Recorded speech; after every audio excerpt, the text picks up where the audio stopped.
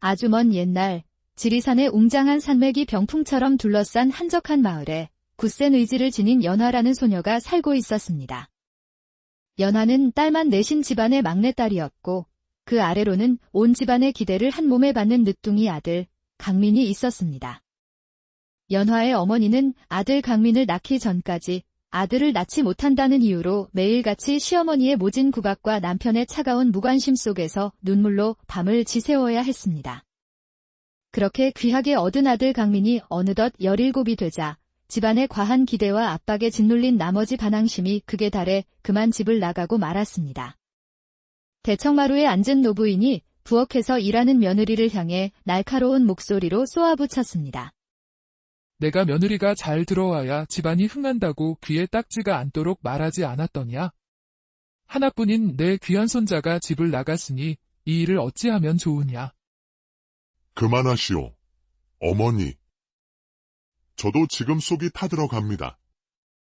내가 저 건너 마을 점순이가 얼굴은 메주 같아도 엉덩이가 펑퍼짐해서 아들은 쑥쑥 잘 낳을 거라고 했지? 지금 그 점순이 시집가서 아들 줄줄이 낳고 떵떵거리며 잘 살고 있지 않느냐? 두 사람의 대화는 날카로운 비수가 되어 부엌에 있는 연화 어머니의 심장을 후벼 팠습니다. 그때 방문을 박차고 나온 연화가 쩌렁쩌렁한 목소리로 외쳤습니다. 할머니, 그건 아버지 잘못이지요. 아버지가 좋은 씨를 뿌려야 어머니가 아들을 낳는 것 아닙니까? 제 말이 틀렸습니까? 노부인과 주인 어른은 당돌한 연화의 말에 헛기침을 하며 불쾌한 기색을 감추지 못했습니다. 저것이 대체 누굴 닮아 저리 성질머리가 고약한 것이냐? 동네 사람들이 할머니를 쏙 빼닮았다고 하던데요. 연화야. 어른께 버릇없이 그게 무슨 말이냐? 내가 그리 가르쳤더냐? 어머니께서 그리 가르치진 않으셨지요. 하지만 할머니와 아버지가 어머니를 함부로 대하는 걸 보면 속이 상해서 도저히 참을 수가 없습니다. 연화의 어머니는 딸의 손을 잡아 끌고 서둘러 부엌으로 들어갔습니다. 그 등 뒤로 노부인의 악담이 서늘하게 꽂혔습니다. 저런 왈패 같은 계집은 지리산 산채 두목인 흑호한테나 시집 보내 버려라. 어떤 사내가 저런 계집을 감당하겠느냐? 흑호가 딱이겠구먼. 어머니, 아무리 그래도 손녀에게 그런 악담을 하시면 쓰겠습니까? 그때 이웃집 안악이 숨을 헐떡이며 마당으로 뛰어 들어왔습니다. 큰일 났소. 대개 아들 강민이가 산적 왈패가 되겠다고 흑호가 있는 산채로 들어갔다는구먼요. 서방님, 어서 강민이를 찾으러 가야지요. 나는 논에 가봐야 하오. 내일 큰 비가 온다는데 벼가 다 쓰러지면 한 해 농사는 끝장이요. 연화의 아버지는 아들 걱정보다 당장의 농사가 더 급한 듯 쟁기를 들고 논으로 향했습니다. 아이고, 이래서 아들이 많아야 하는 것인데. 한편 집을 나간 강민은 곧장 지리산 깊은 곳에 있는 왈패들의 산채로 향했습니다. 저는 이곳에 왈패가 되려고 왔습니다. 꼬마야, 여긴 아무나 받아주는 곳이 아니니 어서 집으로 돌아가거라. 다시 돌아갈 거였으면 애초에 도망쳐 나오지도 않았을 겁니다. 허허, 지방 덩어리같이 생긴 녀석이 배짱 하나는 두둑하구나. 나를 따라오너라. 만석이라 불리는 사내는 강민을 왈패의 두목, 흑호에게 데려갔습니다. 두목, 강민이라는 애송이가 왈패가 되고 싶다고 찾아왔습니다. 어미 젖이나 더 먹고 오라고 돌려보내라. 그리 말했는데도 막무가내입니다. 두목께서 겁이라도 좀 주시면 돌아가지 않겠습니까? 흑호는 귀찮다는 듯 자리에서 일어나 밖으로 나갔습니다. 마당 한가운데에 앳된 소년이 버티고 앉아있는 모습을 본 흑호의 눈에 잠시 호기심이 스쳤습니다. 내가 왈패가 되고 싶다고. 그렇습니다. 좋다. 비록 여기가 왈패 소굴이기는 하나 아무나 들어올 수 있는 곳은 아니다. 지금부터 저기 있는 항아리에 물을 가득 채우거라. 그리하면 너를 받아주겠다. 정말입니까? 강민은 그리 크지 않은 항아리에 물을 채우는 것쯤은 식은 죽 먹기라고 생각했습니다. 그는 신이 나서 계곡에서 물을 길어 항아리에 붓기 시작했습니다. 하지만 아무리 물을 부어도 항아리는 채워지지 않았습니다. 이상하게 여긴 강민이 항아리 속을 자세히 들여다보니 바닥에 실금이 가 있는 것이 아니겠습니까? 뭐요? 이건 금이 간 항아리가 아니오. 이놈아, 왈패가 그리 쉽게 되는 줄 알았더냐. 좋은 말로 할 때 그냥 돌아가거라. 어디 하나 부러지기 전에. 절대로 이대로는 못 갑니다. 그럼 내일까지 시간을 주마. 그때까지도 못하면 조용히 산을 내려가야 할 것이다. 한편 연화의 집에서는 노부인이 며느리를 닥달하고 있었습니다. 우리 귀한 손자 강민이를 찾아와야지. 어미가 되어서 어찌 이리 태평한 것이냐. 네, 어머니. 당장이라도 길을 나서겠습니다. 어머니, 제가 가겠습니다. 어미가 갈 사람이 어디 있느냐? 이런 일은 아버지가 앞장서야 하는 것 아닙니까? 조용히 하거라. 할머니께서 또 화내시겠다. 그럼 제가 찾아오겠습니다. 안 된다. 시집갈 처녀가 험한 산길을 어찌 간단 말이냐. 걱정 마세요, 어머니. 이참에 할머니가 말씀하신 제 신랑감, 흑호라는 자의 얼굴이나 보고 와야겠습니다. 연화는 일부러 노부인이 들으라는 듯 큰 소리로 말하고는 어머니가 말릴 틈도 없이 짐을 챙겨 집을 나섰습니다. 이판사판이다. 그런데 강민이 이 녀석은 거기가 어디라고 간 것이야? 연화는 씩씩거리며 왈패 소굴이 있다는 지리산으로 향했습니다. 한참을 올라가니 나무들 사이로 집 몇 채가 보였습니다. 마당에서는 강민이가 금이 간 항아리 앞에서 머리를 갸우뚱거리고 있었습니다. 연화는 단숨에 달려가 강민의 귀를 잡아챘습니다. 이놈. 내 놈 때문에 내가 이 무슨 고생이냐? 누이. 내가 여기에 있는 건 어떻게 알고 왔소? 내 놈이 아무리 뛰어봤자 이 누이 손바닥 아니지. 밖에 누가 왔기에 이리 소란스러운 것이냐? 강민이의 누이가 왔습니다. 흑호는 자신의 구역에서 감히 큰 소리를 내는 이가 있다는 사실에 신경이 곤두섰습니다. 그는 방문을 박차고 밖으로 나갔습니다. 그런데 그의 눈에 들어온 것은 자그마한 체구의 처녀가 자신보다 덩치가 큰 강민을 꼼짝 못하게 쥐고 흔드는 모습이었습니다. 혼잣말, 저 계집은 누구냐? 아주 당찬 것이 마음에 드는군. 잘 되었어. 알아서 동생을 데리고 가겠지. 강민아, 사내로 태어났으면 한 번쯤은 멋지게 살아봐야 하지 않겠냐? 헌데 왈패는 아니다. 여기 사람들 꼬락서니를 보니 영 아니지 않느냐? 누이, 나는 왈패가 멋있단 말이야. 꼭 한번 해보고 싶어. 이 모습을 지켜보던 흑호는 연화의 말을 듣고 심기가 불편해졌습니다. 그는 두 사람이 어서 빨리 자신의 구역에서 나가주기만을 바라며 참고 기다렸습니다. 그래, 강민이가 그렇게 마음을 먹었다면 한번 해봐야지. 사내가 뜻을 세웠으면 무라도 잘라봐야 하지 않겠느냐. 내가 혼자 있으면 위험하니 이 누이가 같이 있어 주마. 정말. 누이는 어릴 때부터 나를 괴롭히는 놈들이 있으면 끝까지 쫓아가 머리털을 다 뽑아주던 멋진 누이였지. 그 말을 듣고 있던 왈패들은 저도 모르게 자신의 머리카락을 매만졌고 두목인 흑호도 예외는 아니었습니다. 그래, 뭘 도와주면 되는 것이냐? 저 항아리에 물을 가득 채우면 왈패가 될 수 있는데 항아리에 보이지 않는 금이가 있었어. 연병할, 시험도 참 고약하게 내는구먼. 이 문제는 어느 놈 머리에서 나온 것이냐?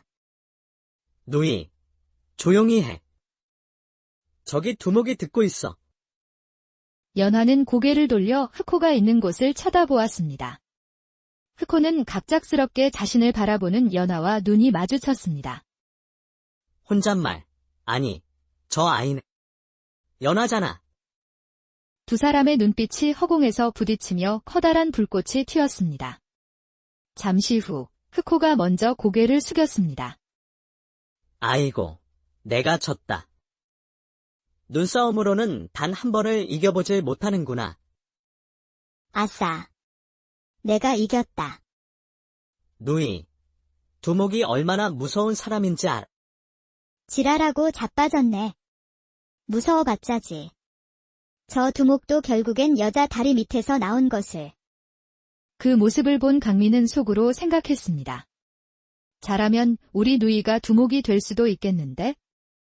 강민아, 그 금간 항아리를 더 큰 항아리 안에 넣어. 강민은 누이가 시키는 대로 했습니다. 자, 이제 그 작은 항아리에 물을 채워봐. 이런 방법이 있었구나. 역시 우리 누이야.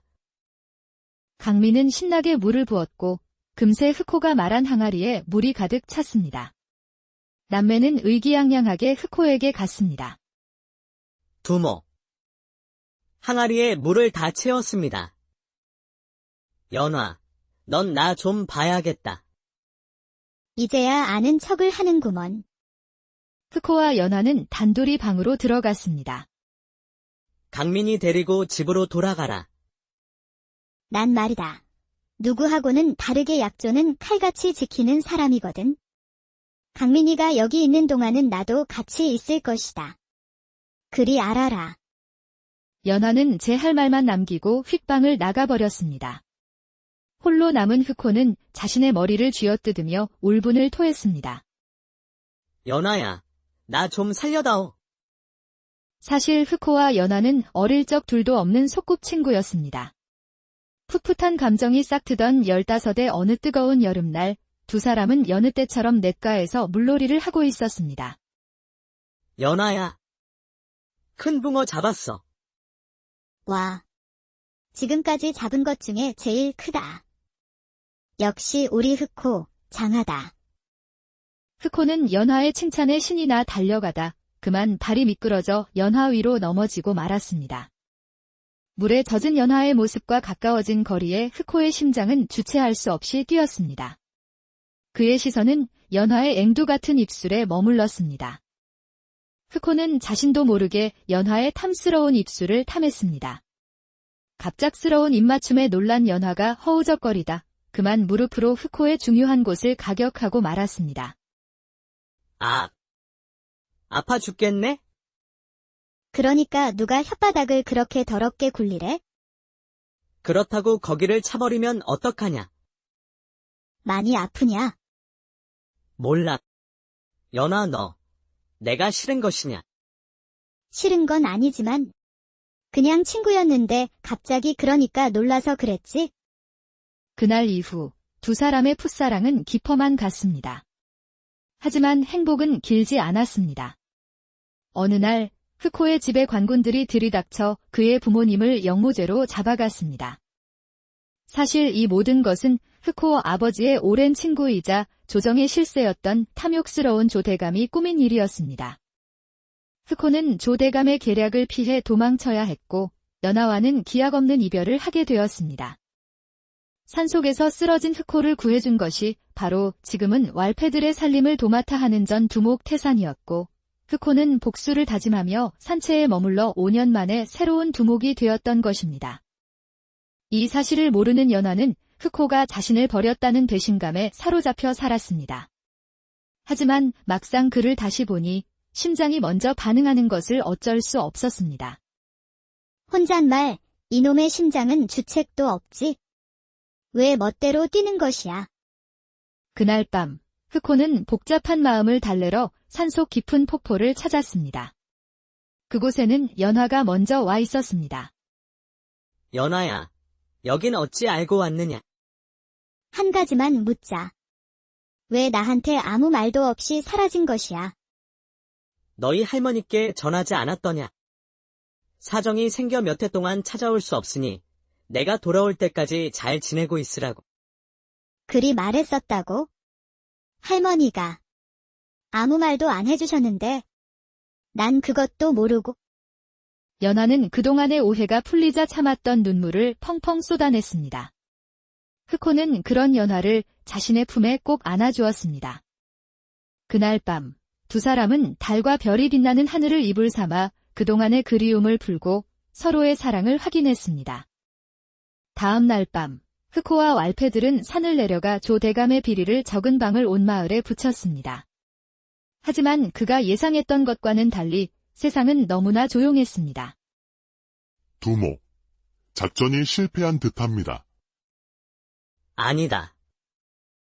조금만 더 기다려보자. 흑호, 뭐하냐. 실패했으면 인정하고 다시 방법을 찾아야지. 한편 조 대감의 별채에는 여러 대감들이 모여 불안에 떨고 있었습니다. 걱정할 것 없습니다. 흑호라는 왈패 두목 놈만 잡아 죽이면 모든 것이 해결됩니다. 조 대감은 여러 명의 살수를 풀어 흑호를 잡으려 했습니다. 이 사실을 안 흑호는 연화가 위험해질 것을 염려했습니다. 연화야. 동생과 함께 집으로 돌아가면 좋겠다. 내가 너희를 지켜줄 수 없을지도 몰라. 싫어. 또 헤어지면 다시는 못 만날 것 같단 말이야. 미안하다. 내가 꼭 찾아갈게. 기다려줘. 흑호는 연화의 급소를 눌러 기절시킨 뒤 부하를 시켜 집으로 돌려보냈습니다. 그리고 그는 부하들과 함께 살수들과의 결전을 준비했습니다. 흑호의 검술은 춤을 추듯 화려하면서도 강철처럼 단단했습니다. 그는 수많은 살수들을 차례로 쓰러뜨렸습니다. 하지만 불길한 예감에 연화의 집으로 달려간 흑호가 마주한 것은 이미 박살이 나고 텅 비어버린 집이었습니다. 연화의 가족과 강민 모두 조 대감의 손에 잡혀간 뒤였습니다. 흑호는 망설임 없이 조 대감의 별채로 향했습니다. 대청마루에는 연화가 기둥에 묶여 있었고 그 주위를 살수들이 둘러싸고 있었습니다. 역시 내 생각이 맞았군. 내 놈에게는 이 계집이 약점이었어. 내가 왔으니 나만 죽이면 되지 않느냐. 저 아이는 풀어줘라. 저 계집도 내 비리를 알고 있으니 같이 죽어야지. 못들 하느냐. 어서 저놈을 죽여라. 흑호. 어서 도망가. 흑호가 필사적으로 싸우는 동안 그의 부하 만석이 몰래 담을 넘어들어와 연화의 포승줄을 풀어주었습니다. 연화가 무사히 빠져나간 것을 확인한 흑호는 눈 깜짝할 사이에 대청마루로 올라가 조 대감을 인질로 잡았습니다. 조 대감, 당신의 죄는 차명으로도 부족하다. 바로 그때 의금부 종사관이 관군들을 이끌고 들이닥쳤습니다. 흑호가 뿌린 방들이 결국 왕의 귀에까지 들어가게 된 것이었습니다. 조 대감의 모든 죄가 밝혀져 그는 참형에 처해졌고 흑호의 아버지는 누명을 벗고 유배지에서 돌아왔으며 노비로 끌려갔던 어머니도 다시 집으로 돌아올 수 있었습니다. 모든 것이 제자리를 찾은 어느 날 흑호는 연화의 집으로 달려갔습니다. 연화야. 놀자. 뭐 하는 거야? 동네 창피하게. 내가 너를 떠나고 나서 연화야. 놀자 기 한마디를 못한 것이 얼마나 한해 사무쳤는지 아느냐. 연화는 흑호의 손을 잡고 두 사람만의 추억이 담긴 들꽃이 만발한 산속 공터로 이끌었습니다. 그곳에서 흑호는 두 손을 모아 큰 소리로 외쳤습니다. 연화야. 나의 가치가 되어 주어라. 연화는 생각지도 못한 청혼의 다리에 힘이 풀려 들꽃밭에 주저앉고 말았습니다. 넋이 나간 듯한 연화의 얼굴을 보고 흑호는 피식 웃으며 그녀의 입술에 살짝 입을 맞추었습니다. 연화야, 이제 대답을 해줘야지. 정신을 차린 연화는 아무 말 없이 흑호의 목을 두 팔로 감싸 안고 깊고 진한 어른의 입맞춤으로 대답을 대신했습니다. 그리하여 흑호와 연화는 양가 부모님의 축복 속에서 혼례를 올렸고 손주 사위를 누구보다 아끼는 할머니와 함께 오래오래 행복하게